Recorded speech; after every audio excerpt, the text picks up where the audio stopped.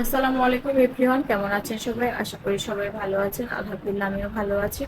আমি অ্যাডভোকেট তাসলিমা আক্তার চৌধুরী, ঢাকা জজ কোর্ট। আজকে আপনাদের সাথে আমি যে বিষয়টা নিয়ে কথা বলবো সেটা হচ্ছে গিয়ে ওয়াইফ গর্ভবতী থাকলে তাকে ডিভোর্স দেওয়ার নিয়ম কি, বা তাকে ডিভোর্স দেওয়া যায় কিনা সেই বিষয়টা নিয়ে আইন কি বলে এই বিষয়টা নিয়ে।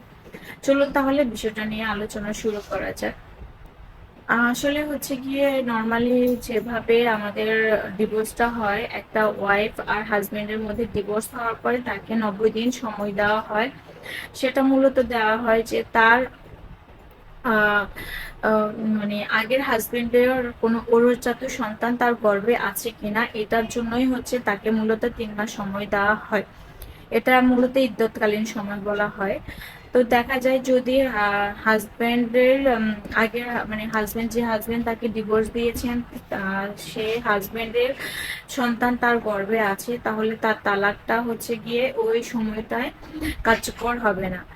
কারণ হচ্ছে তার ঔরসজাত সন্তান যতদিন তার গর্ভে আছে ততদিন পর্যন্ত তার তালাকটা কার্যকর হবে না।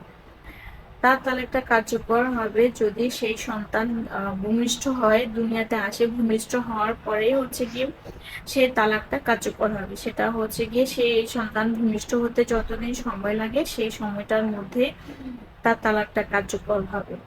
এর আগে কিন্তু স্ত্রী গর্ভবতী থাকা অবস্থায় তার সাথে কোনোভাবেই তালাক কার্যকর হবে না। সেটা খোলা তালাক হোক, তো অথবা হচ্ছে গিয়ে আইনগতভাবে কোর্টের মাধ্যমে তালাক দেওয়া হোক, যেভাবেই তালাক দেওয়া হোক না কেন সেই তালাকটা কার্যকর হবে না। আশা করি আপনারা বিষয়টা ক্লিয়ার হয়ে গিয়েছেন, এবং আপনাদের অন্য কোনো কোশ্চেন থাকলে আমাকে কমেন্ট করতে ভুলবেন না। আমি আপনাদের সাথে সেই বিষয়টা নিয়ে আলোচনা করব।